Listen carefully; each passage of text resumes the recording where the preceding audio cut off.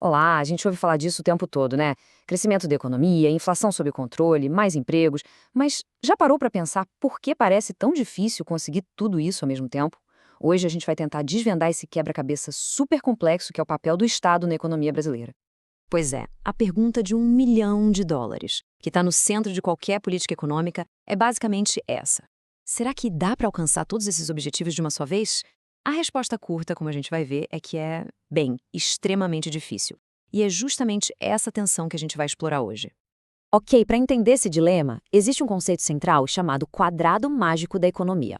E olha, de mágico não tem nada, viu? Na verdade, é um modelo que mostra essas quatro grandes metas que vivem brigando entre si. Melhorar uma, quase sempre, significa piorar a outra. E é exatamente por causa desse desafio, dessa busca sem fim por um equilíbrio que parece impossível, que o Estado precisa ter ferramentas para intervir na economia. Esse é, no fim das contas, o seu maior desafio de gestão macroeconômica. Agora, olha que interessante como essas coisas se conectam. Pensa assim, para controlar a inflação, uma das ferramentas do governo é aumentar a taxa de juros, certo?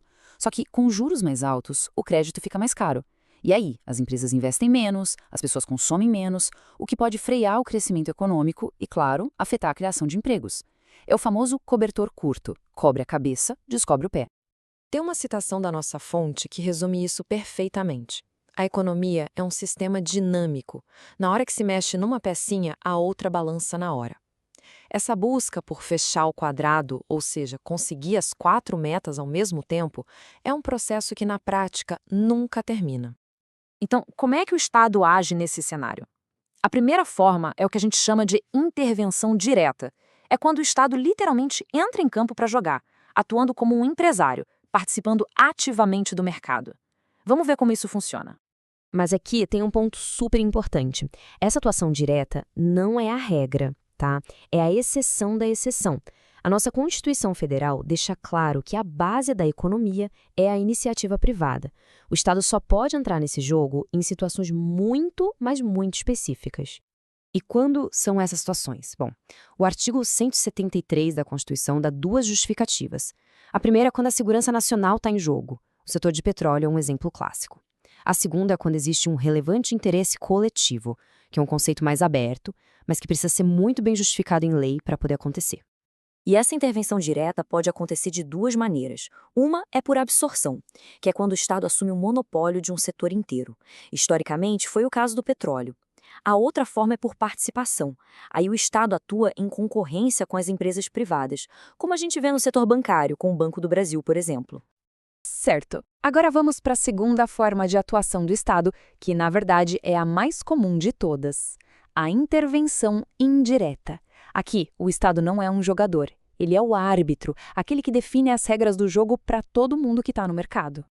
Para a gente entender bem essa parte, é bom alinhar três termos que parecem a mesma coisa, mas não são. Regular é a ideia geral, o guarda-chuva de ordenar o mercado. Normatizar já é um instrumento específico.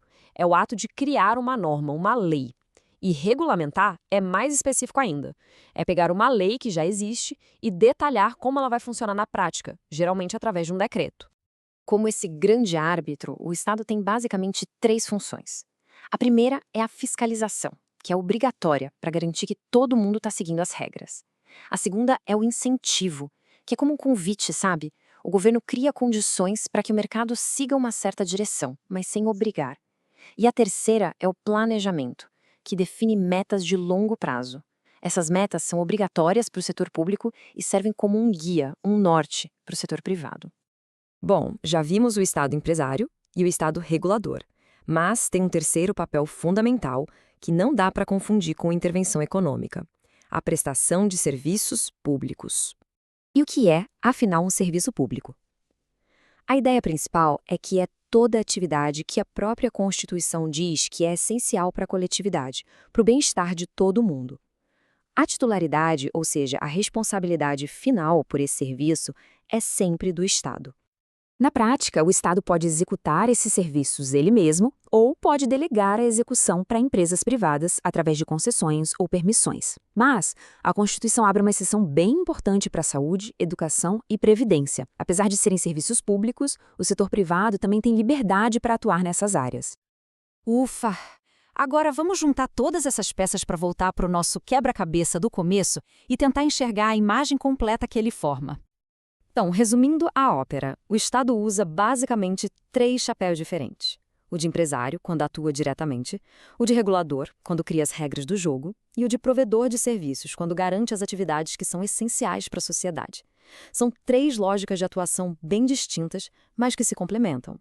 E tudo isso leva a gente de volta à nossa pergunta inicial. Se o Estado tem tantas ferramentas, tantas formas de atuar, por que o tal quadrado mágico parece sempre um objetivo inalcançável? Talvez a grande lição seja que a governança econômica não é um quebra-cabeça com uma solução única e final.